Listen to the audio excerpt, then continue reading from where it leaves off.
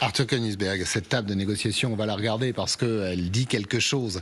Regardez ces poignées de main. Alors on est à Riyad, on y reviendra bien évidemment. Il y a un hôte de marque et d'importance. Ces visages, ça vous fait penser à quoi? Cette image, ces images, ces visages, ce face-à-face entre les États-Unis et la Russie. C'est les images rêvées par le Kremlin, de négocier l'avenir de l'Ukraine au-dessus de la tête des Ukrainiens. Parce que le projet du Kremlin aujourd'hui est de nier l'existence et l'indépendance et la souveraineté de l'Ukraine. Pour les Russes, l'Ukraine n'existe pas. C'est une création artificielle. Donc aujourd'hui, négocier avec la grande puissance américaine le sort de l'Ukraine, pour les Russes, il y a quelques mois, c'était inconcevable. Et aujourd'hui, ce qui se passe autour de ces tables de pré-négociation, on n'est pas encore dans les négociations. De normalisation. De normalisation des relations, c'est un scénario assez rêvé pour le Kremlin.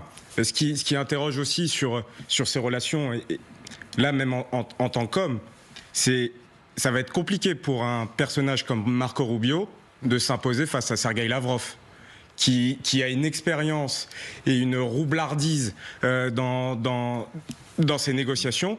Marco Rubio n'a pas du tout. Et là-dessus, en tant qu'Européens, on peut craindre quand même que les États-Unis, entre guillemets, se fassent avoir par les Russes. Alors c'est une crainte d'ailleurs, hein, ça a été partagé par l'ancien, c'est un papier dans l'Express, l'ancien conseiller à la sécurité de Donald Trump qui a été viré bien évidemment, qui doute du pouvoir même de Donald Trump et de son administration face aux Américains. C'est vrai que quand on voit Lavrov, qui est un vieux briscard connu, respecté un peu moins peut-être ces derniers temps par des prises de parole parfois très malheureuses, mais respecté quand même, et de l'autre côté Marco Rubio, qui est un pied tendre de la diplomatie, mais que de changements, Hélène, quand même, que de changements avec l'administration Biden. 3 ans de guerre, 3 ans sans se parler, 3 ans de détestation, et là on se retrouve autour d'une table. Absolument, je crois qu'il y avait seulement Blinken en 2023 qui avait dû rencontrer Sergueï Lavrov, et depuis les relations étaient complètement, en tout cas publiquement éteinte. Et donc c'est vrai que ces images, c'est encore plus dur, je pense, pour les Européens.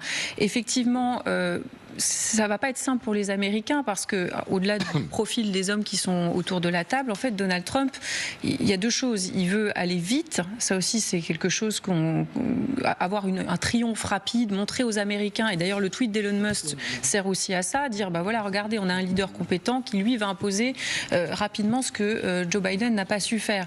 Donc, il veut aller vite. Ce qui n'est pas forcément le cas pour Vladimir Poutine. On sait que le maître du Kremlin, il a plus de temps. Et puis, il y a aussi cette idée que pour arriver là, eh bien, Donald Trump a déjà fait des concessions. On en parlait il y a quelques minutes. C'est déjà une victoire pour la Russie, en quelque sorte, cette réunion autour de la table. Ça fait... D'ailleurs, les Russes disent, on n'est pas seulement là pour parler de l'Ukraine, on est là pour normaliser les relations. Donc forcément, il va être question de l'OTAN, il va être question d'économie aussi. Des sanctions, peut-être des sanctions. Justement, voilà, que ces sanctions soient revues, abaissées, ajustées. Donc, pour les Russes, pour l'instant, il y a l'intérêt à être là, mais ils peuvent très bien aussi dire, attendez, ça ne nous satisfait pas, donc on continue comme on... Marc lève le doigt. Oui, non, juste un point là-dessus. Ce qui est quand même fascinant dans cette rencontre, c'est qu'elle a lieu donc à Riyad, où l'homme fort, Mohamed Ben Salman, était il y a encore quelques années considéré comme un criminel pour avoir découpé, enfin donné l'ordre de découper en morceaux l'opposant et journaliste Adnan Khashoggi dans les locaux du consulat saoudien à Istanbul. Et Biden, pendant un certain nombre d'années, l'avait boycotté. Et l'autre, c'est, alors il n'est pas là à la table encore à la table des discussions, mais il y sera bientôt, c'est Vladimir Poutine. Il ne faut quand même pas oublier que Vladimir Poutine fait l'objet, depuis le printemps 2023, d'un mandat d'arrêt international de la Cour pénale internationale pour crimes de guerre, pour ses responsabilités directes dans la déportation de milliers d'enfants ukrainiens. Donald Trump, d'ailleurs, qui n'a pas caché son idée de remettre la Russie et Vladimir Poutine dans un prochain G7. Voilà. que de pas franchis depuis l'administration Biden et cette détestation du président Biden envers le président russe. Oui, que de pas franchi, et ce qui commence vraiment à inquiéter les Européens et sur lesquels ils sont certainement en train d'ouvrir les yeux, c'est aussi une certaine prosternation et admiration de la nouvelle administration américaine pour les Russes. Et ça, c'est unique. C'est unique sur les dernières décennies. C'est-à-dire que le tweet de Musk qui encense Sergueï Lavrov, ça remue profondément les... On le voit ce tweet. Alors c'est toute l'équipe même. Hein. Voilà, c'est toute l'équipe. Mais ça, c'était inimaginable il y a encore des années. Et là, aujourd'hui, l'administration américaine encense des personnages clés du régime du Kremlin. Alors parmi ces personnages, merci Laura de nous avoir rejoints, on va voir avec vous parce qu'il y a du beau monde autour de la table, pas du beau monde, du monde qui compte, et notamment des gens qu'on n'a pas forcément l'habitude de voir du côté russe. Je voudrais juste, ça fait quelques fois que vous parlez de ces Européens qui sont absents de ce tour de table pourtant historique. Lavrov, le tout-puissant ministre des Affaires étrangères russe, il s'est exprimé sur cette absence et vous allez voir à quel point, peut-être que c'est un deal d'ailleurs entre les Russes et les Américains, le fait que nous ne soyons pas là. En ce qui concerne le souhait des pays européens de participer aux négociations sur l'Ukraine, vous savez, ce souhait a déjà été exaucé, et ce, à plusieurs reprises. La philosophie européenne n'a pas évolué. Je ne sais donc pas ce qu'ils peuvent faire à la table des négociations. S'ils continuent à échafauder des idées délicates pour geler le conflit, alors qu'eux-mêmes, comme ils aiment et font habituellement, veulent simplement continuer la guerre. Alors pourquoi les inviter à la table des négociations ?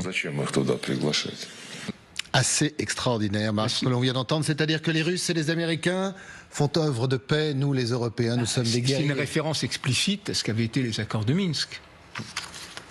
Et effectivement, dans un rapport de force où la Russie était à l'époque en train de gagner vraiment encore plus sur le terrain, entérinait d'une certaine façon un cessez-le-feu bancal et une faiblesse ukrainienne. Mais juste un dernier point sur Lavrov, c'est quand même un homme qui sait mentir, et Laurent Fabius, quand il était ministre des Affaires étrangères français, rappelait une scène avec Lavrov devant un jus d'orange où Lavrov lui dit « Si je vous dis que ce jus d'orange est bleu, il est bleu. » Et non.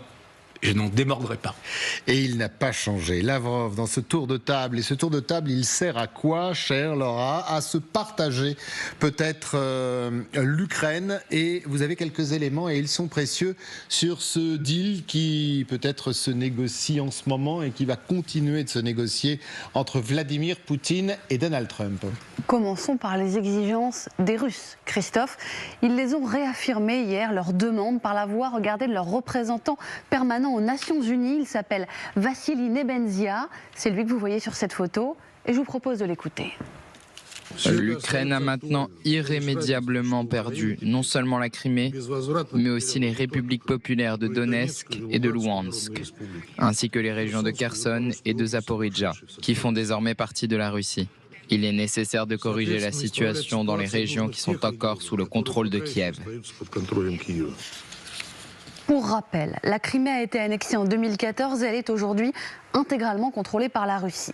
Les oblasts de Louhansk et Donetsk sont ceux qui composent le Donbass. La Russie les contrôle respectivement à 99 et 66%. Les Ukrainiens se battent actuellement pour défendre cette partie ouest. Les oblasts de Zaporijjia et Kherson, frontaliers, sont contrôlés à 73 et 72% par les Russes. Excepté pour la région de Louhansk, presque intégralement contrôlée. On voit donc que la Russie demande à l'Ukraine de céder à chaque fois environ 30% de son territoire sans l'avoir conquis. Rappelons que ces 4 oblasts ont été déclarés annexés par Moscou en septembre 2022, après des référendums que les Ukrainiens et les Occidentaux ont toujours dénoncés. Vassili Nebenzia, le représentant permanent à l'ONU, a également rappelé d'autres exigences russes, d'autres demandes russes, que l'Ukraine devienne un État neutre et démilitarisé, qu'elle ne rejoigne pas l'OTAN, qu'elle organise des élections.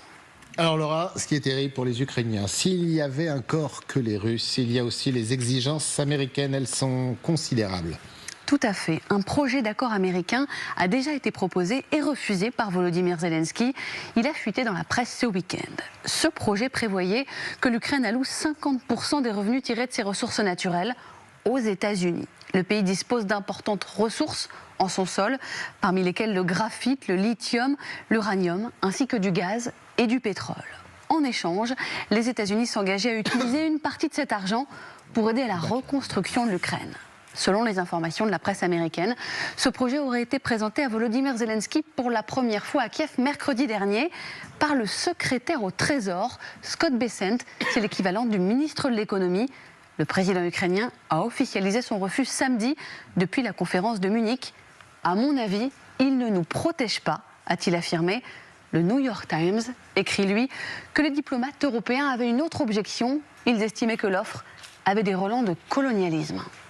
Merci beaucoup, Laura. C'est très, très intéressant. On pourrait peut-être rajouter cette sortie à une télé allemande chez nos confrères. C'était hier, vous allez le voir, de Volodymyr Zelensky sur le plaisir que pourraient donner les Américains à Vladimir Poutine, plaisir coupable bien évidemment. Revenons sur ce deal. Est-ce qu'on peut appeler ça un deal ? C'est-à-dire que grosso modo, Arthur, aux Américains le sol et aux Russes le sous-sol. Ce que proposent les Américains aux Ukrainiens et ce que Volodymyr Zelensky a refusé ce week-end, c'est un véritable plan de prédation économique de l'Ukraine de la part des États-Unis. Là où c'est encore plus pervers, c'est que les États-Unis demandent aux Européens un effort pour donner une garantie de sécurité à l'Ukraine. Donc pour imager ce plan, c'est-à-dire que les États-Unis partent faire du business en Ukraine, garanti par la sécurité des Européens, où les États-Unis n'ont aucune responsabilité dans cette garantie de sécurité. Ils n'ont pas le commandement de cette armée, c'est pas l'OTAN, c'est les pays de l'Union européenne, et ils ne payent pas cette présence militaire. Donc, mais en revanche, ils le payent sur la bête, parce que je crois que c'était il y a quelques jours, Marco Rubio avait dit, si vous voulez un bouclier, il s'adressait aux Ukrainiens, eh bien vous savez quoi, payez. Il faut le payer, absolument, c'est la logique. Alors d'ailleurs, je nuancerai... Mais payer ou piller, en fait. J'ai du mal depuis quelques jours à comprendre mais par rapport la volonté américaine. C'est quasiment plus aux Russes le sol, ou du moins une partie du sol, puisque à la fin de cet accord, on arriverait à 30% du territoire ukrainien s'ils récupèrent l'intégralité des oblasts de Kherson et Zaporijjia, et aux Américains, le sous-sol. Parce que ce que veulent les Américains, alors c'est les minerais rares qu'il y a en Ukraine, dont une bonne partie d'ailleurs sont dans l'Est, voire une partie dans les territoires occupés. C'est ce qu'avait compris Zelensky, qui habilement disait, voilà, comme ça on va amadouer Trump et on réussira à le mettre de notre côté. Là, il fait monter les enchères et dans sa logique, il a raison. Mais c'est vrai que le grand risque aujourd'hui, c'est un cessez-le-feu, donc qui ne sera pas une paix, garanti par les Européens qui en ont les moyens théoriques, mais c'est loin d'être évident. Vraiment théorique. Avec, à la place de l'OTAN, puisque d'entrée de jeu, Donald Trump a dit que l'Ukraine ne rentrerait pas dans l'OTAN, une nécessité pour les Européens d'accélérer l'intégration de l'Ukraine et par ailleurs de la petite Moldavie dans l'Union européenne, qui pourrait bénéficier de la protection des autres États membres au titre de l'article 42.7, qui est plus contraignant que l'article 5 de l'OTAN sur le papier. Parce que dans les faits, on est encore loin d'avoir créé l'armée européenne que Volodymyr Zelensky, dans une interview justement à la conférence de Munich, appelait de ses voeux. Je voudrais juste qu'on en parlait il y a quelques minutes. L'ancien conseiller, c'était le 27e conseiller à la sécurité d'ailleurs, de Donald Trump. Bolton, oui, à nos confrères, je crois que c'est de l'Express. Voilà ce qu'il dit. Regardez, ça va arriver, c'est simple. En fait, Donald Trump va se faire avoir par Vladimir Poutine.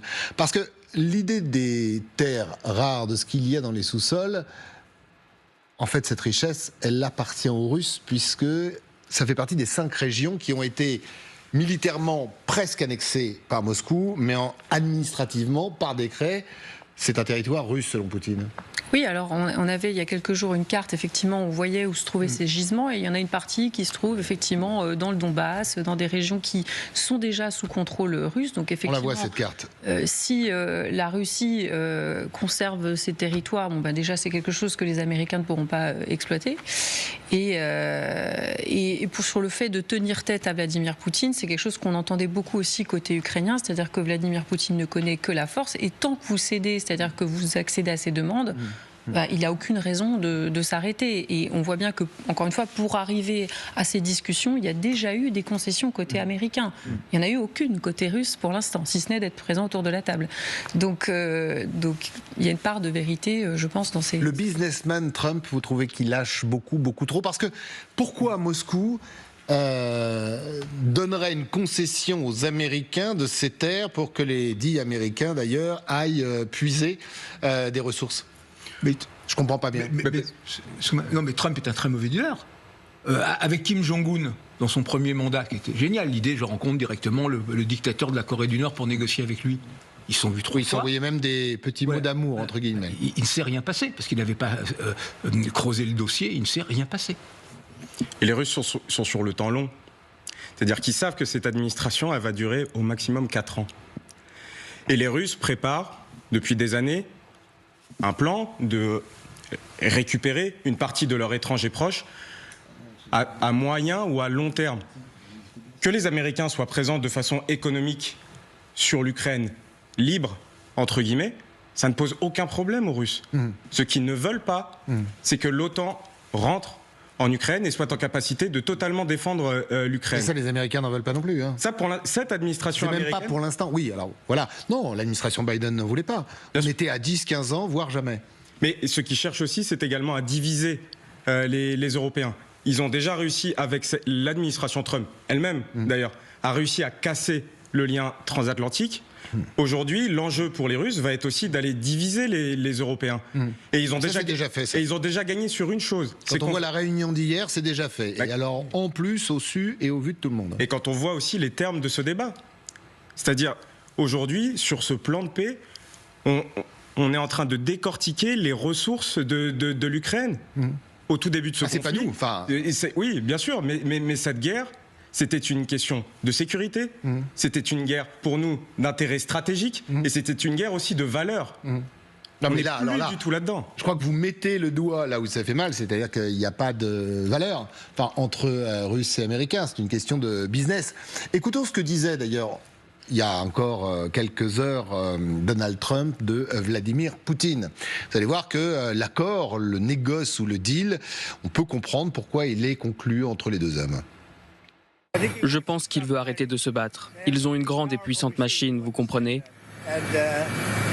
Ils ont vaincu Hitler et Napoléon. Vous savez, ils se battent depuis longtemps. Ils l'ont déjà fait.